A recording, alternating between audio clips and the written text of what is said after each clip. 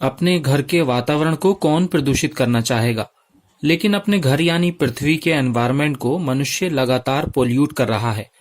तो हमारी अर्थ के वातावरण के संरक्षण के बारे में जागरूकता लाने के लिए 5 जून को वर्ल्ड एनवायरनमेंट डे मनाया जाता है। किसी भी समस्या के हल के बारे में एक प्रकार के सुझाव तो बाकी सारे स्रोत देते हैं और एक हल अंतिम ईश्वरीय ग्रंथ कुरान देता है।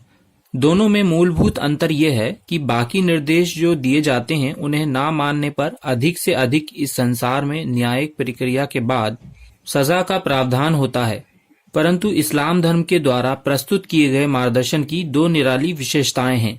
पहली, ये ब्रह्मांड के रचयिता की ओर से दिए गए हैं, इसलिए हर दृष्टिकोण से अपने आप में परफेक्ट हैं।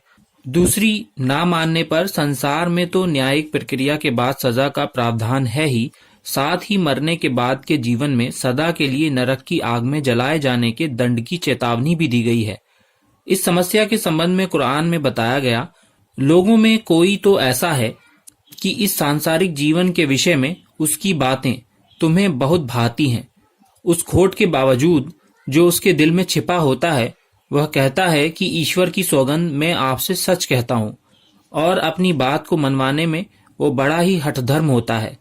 और जब वो अपने कार्य क्षेत्र में लौटता है तो धरती में इसलिए दौड़ धूप करता है कि इसमें असंतुलन पैदा करे और वनस्पति जगत और जंतु जगत को तबाह करे, जबकि अल्लाह इम्बैलेंस को पसंद नहीं करता। और जब उससे कहा जाता है कि ईश्वर से डर, तो अहंकार उसे और अधिक इस पाप पर जमा देता है।